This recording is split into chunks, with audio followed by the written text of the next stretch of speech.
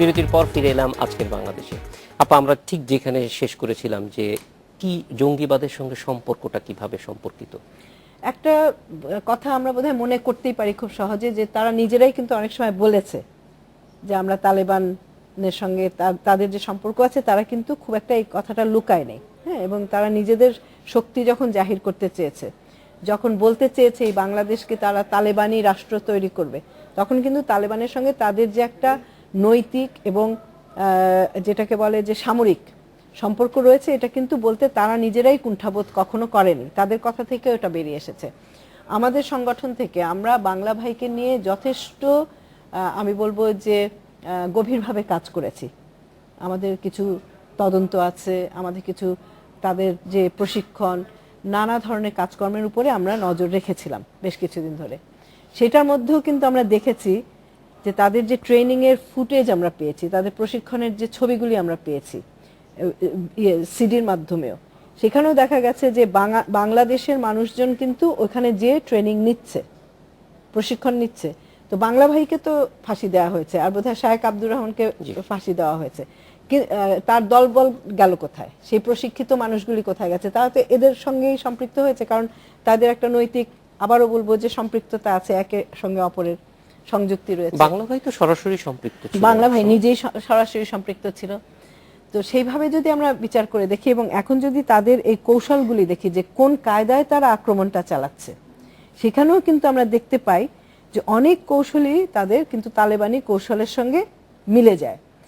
একটা কথা আমরা বিরতির মধ্যে আলোচনা করছিলাম যে বেশ কিছু জায়গায় দেখেছি, নীলফামারীতে আসাদুজ্জামান নূরের উপরে যে আক্রমণটা হলো, কিংবা বিভিন্ন জায়গায় এদের যেটাকে বলে অপারেশন, সেটা যখন আমরা দেখি, হ্যাঁ, সেখানটা দেখা গেছে যে স্থানীয় মানুষদেরকে কিন্তু তারা ব্যবহার করছে না, বাইরে থেকে নিয়ে এসে ব্যবহার করছে। তো এগুলি তো খুব প্রশিক্ষিত একটা চিন্তা থেকে যদি না আসে, এই ধরনের কৌশল অবলম্বন করা, এগুলি যদি একটা তাৎক্ষণিক প্রতিক্রিয়া থেকে হতো, যে আচ্ছা আমাদের একটা মানুষকে মেরে ফেলেছে, আমরা প্রতিক্রিয়া দেখা যায়, যেটা আমাদের গণজাগরণ মঞ্চের কাছ থেকে দেখি, কিংবা আমরা যখন রাস্তায় বেরিয়ে পড়ি, আমরা তো সেরকম চিন্তা ভাবনা করে কোনো রকম একেবারে কূট কৌশল মানে নির্ধারণ করে তারপরে তো আমরা যাই না। কিন্তু এদের সমস্ত কাজের মধ্যে কিন্তু দেখা যাচ্ছে যে এরা একটা বিশেষ কৌশলে এই আক্রমণগুলি পরিচালনা করছে। এবং সেটার সঙ্গে তালেবানরা যেভাবে আক্রমণগুলি চালায়, তালেবানরা যেভাবে একেবারে বিধ্বস্ত করে দিতে চায় জনজীবন, এই রেল লাইনের ফিশ প্লেট তুলে ফেলছে, বাস জ্বালিয়ে দিচ্ছে, নৌপথে আক্রমণ চালাচ্ছে, যে যেখানটায় যাচ্ছে, হয়তো আমি সেই মুহূর্তে জানি না যে আমার উপরে আক্রমণ হতে পারে, কিন্তু অতর্কিতে এসে আমার উপরে আক্রমণটা করছে। আমি ভাবছি না, রাস্তাঘাট তো এখন মোটামুটি সহজ আছে, চলে যাই, বার হলাম আমি আক্রমণের শিকার হলাম। এই যে কারবারগুলি তারা করছে, এই যে কার্যকলাপগুলি তারা করে যাচ্ছে, এগুলি কিন্তু একেবারে হঠাৎ করে হতে পারে না। এটা একটা অনেক দিনের চিন্তা ভাবনা, পরিকল্পনা, প্রশিক্ষণ সবকিছু মিলিয়ে এই ধরনের কিন্তু আক্রমণ তারা করতে পারে, অন্যের উপরে এই ধরনের অপারেশন চালাতে পারে। এবং তারা, আমি খুব যদি ভুল না করে থাকি, তারা এই সমস্ত অপারেশনের কতগুলি নামও দিয়ে থাকে, সেই নাম অনুযায়ী কিন্তু তারা এই অপারেশনগুলি করতে থাকে, এবং কবে কোথায় কিভাবে করবে সেগুলি তাদের একেবারে স্পষ্ট নিজেদের পরিকল্পনার মধ্যে থাকে, যার জন্য আজকে আমরা এত বিপর্যস্ত বোধ করছি। সেই তুলনায় আমরা তো আমাদের যে প্রতিক্রিয়া, আমাদের যে কার্যকলাপ, সেটা তো আমরা একটা অহিংস নীতিতে চলি, আমরা তো একটা গণতান্ত্রিক নিয়ম নীতির মধ্যে দিয়ে চলতে চাই। সেই জায়গায় এই ধরনের সহিংস অগণতান্ত্রিক আক্রমণ যখন আসে, সেটার মুখে কিন্তু আমরা হতচকিত হয়ে যাই, যে অবস্থাটা আজকে দেখা গেছে।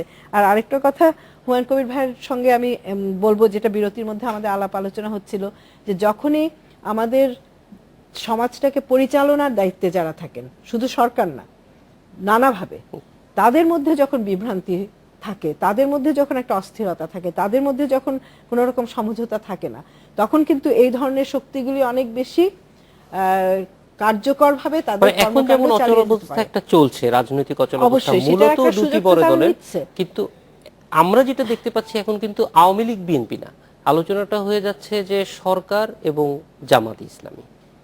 সরকার, জামাতে ইসলামী, বিএনপিও সেটার সঙ্গে রয়েছে, একেবারে যে নাই তা না, তারা তো মাঝে মাঝে আসছেন, তারা তো তাদের এদের সঙ্গে যে সম্পর্ক রয়েছে সেটা 18 দলের দ্বিতীয় বৃহত্তম দল হিসেবে এখন লিডার হয়ে গেছে। জি, বিশেষ করে আপনি যে ধরনের আক্রমণের কথা বলছিলেন, সেখানে এখানে একটা কথা বলে খালি শেষ করি, যে এটার হয়তো নিশ্চয়ই সবার মনের মধ্যে থাকবে যে এটা প্রতিকারটা কি হতে পারে। আজকে একটা উদাহরণ আমরা নিতে পারি।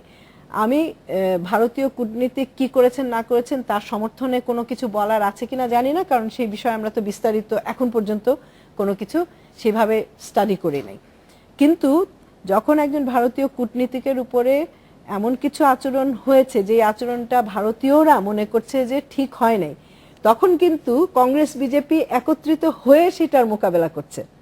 আর আমাদের দেশে যখন এই ধরনের কিছু সংকট, এই ধরনের সাংঘর্ষিক একটা পরিস্থিতির সৃষ্টি হয়, যেখানে আমরা আশা করতে পারি যে সরকার এবং যারা বলে যে আমরা জনগণের কল্যাণের জন্য রাজনীতি করি, সেই রাজনৈতিক দলগুলি সবাই, বিরোধী দলেই থাকুক সরকারেই থাকুক, তাদের প্রত্যেকের তো একত্রিত হয়ে এই শক্তিগুলির মোকাবেলা করতে দাঁড়ানো উচিত।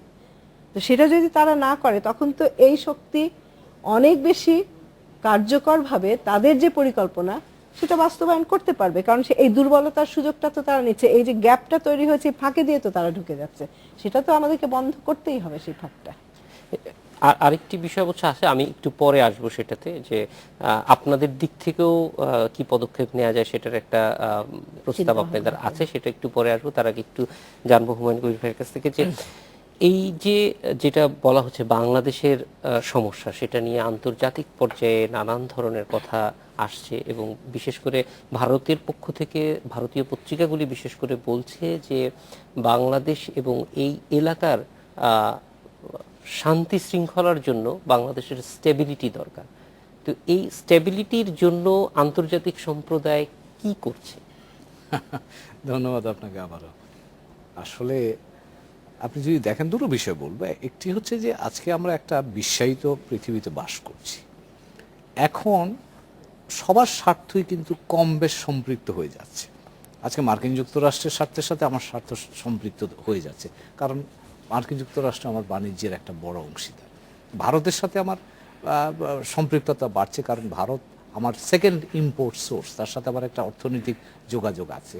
তার সাথে আমার বড় একটা সীমান্ত আছে, 4000 কিলোমিটারও বেশি সীমান্ত আছে। তার সাথে প্রতি বছর প্রায় 500,000 লোক ভারতে যাচ্ছে আমাদের দিক থেকে, ওদের দিক থেকেও এরকম লোক এইদিকে আসছে। এবং দক্ষিণ এশিয়ার শান্তি, স্থিতিশীলতা বা নিরাপত্তা যদি বলি, সেক্ষেত্রেও কিন্তু আমাদের সবারই এক ধরনের অংশীদারিত্ব আছে। কাজে এই বিষয়গুলো যদি আমরা নজরে রাখি, তাহলে বুঝতে পারবো যে পরস্পরের উপর পরস্পরের নির্ভরশীলতা কিন্তু বাড়ছে। তার অর্থ দাঁড়াচ্ছে যে আমি যে কাজটা করছি বা আপনি যে কাজটা করছেন, তার একটা প্রভাব কিন্তু আমার উপরে আসবে, আমি না চাইলেও আসবে সেটা। যেমন ধরুন ভারত বাংলাদেশে কি ধরনের নির্বাচন প্রক্রিয়ার মধ্য দিয়ে গণতান্ত্রিক প্রক্রিয়াটা কিভাবে শক্তিশালী হবে সে ব্যাপারে আগ্রহী। স্বাভাবিক, আগ্রহটা খুব অস্বাভাবিক কোনো বিষয় না। আমরাও তো আগ্রহী ভারতে পরবর্তীতে কি ধরনের সরকার আসবে, সেই সরকারের প্রধান কে হবে, সেটা নিয়ে কি আমাদের মধ্যে আগ্রহ নেই? নিশ্চয়ই আছে, আগ্রহ আছে, শঙ্কাও আছে। একইভাবে ভারতের দিক থেকেও সেটা আছে। এখন এখানে যে বিষয়টা আমাদের দিক থেকে বা ঠিক তাদের দিক থেকেও বিচার্য বিষয়, সেটি হচ্ছে যে আমার আগ্রহটা কতখানি হবে। বাংলাদেশের নির্বাচন নিয়ে এখন আমরা নির্বাচনের সামনে আছি বলে আমি কথাটা বলছি। বাংলাদেশের এই নির্বাচন প্রক্রিয়ার সাথে বাইরের আমাদের বন্ধুদের সম্পৃক্ততা বহুদিনের।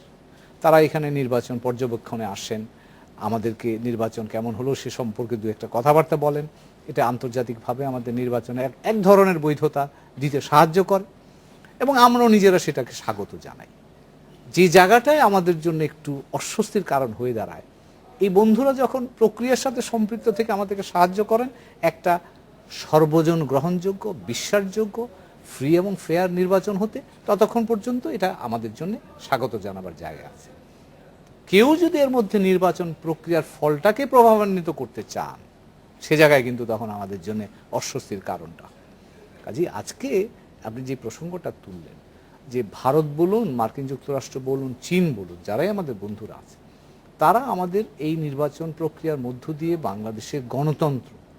বাংলাদেশের গণতন্ত্র শক্তিশালীকরণ এবং এর মাধ্যমে এই অঞ্চলের অর্থনৈতিক উন্নয়ন বলেন, শান্তি নিরাপত্তার কথা বলেন, এগুলি শক্তিশালী করার ব্যাপারে যে কোনো উদ্যোগকেই বাংলাদেশের জনগণ হিসেবে, সরকার হিসেবে আমরা স্বাগত জানাবো। কিন্তু যে জায়গাটায় এখন মুশকিল হয়ে যাচ্ছে বা আমরা যে দেখছি, যে এই জায়গাতে এক একটা বিশেষ দলের প্রতি পক্ষপাতিত্বটা নজরে আসছে, অথবা যেন তেন প্রকারই একটা স্বল্প সময় ভিত্তিক দৃষ্টিভঙ্গি নিয়ে প্রক্রিয়াটাকে খানিকটা প্রভাবান্বিত করার বিষয় এসে যাচ্ছে।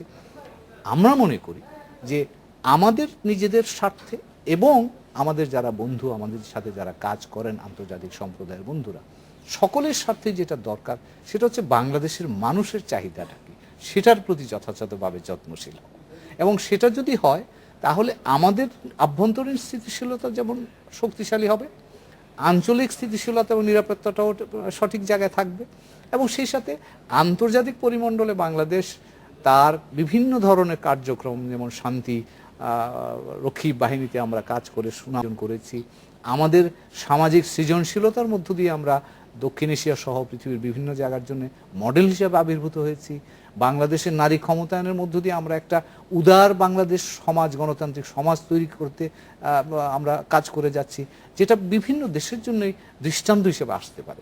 কাজে এই জায়গাটা আমরা আরেকটা বিরতিতে যাব, বিরতিতে এসে আমরা এই বিষয়গুলি আরেকটু জানবো এবং বোঝার চেষ্টা করব যে আন্তর্জাতিক সম্প্রদায় আসলে কোন পর্যন্ত আমাদের সঙ্গে থাকাটা আমাদের জন্যই উপকারী এবং কোন জায়গাটিতে আসলে একটা কাট অফ পয়েন্ট থাকা দরকার। দর্শক, একটা ছোট্ট বিরতি।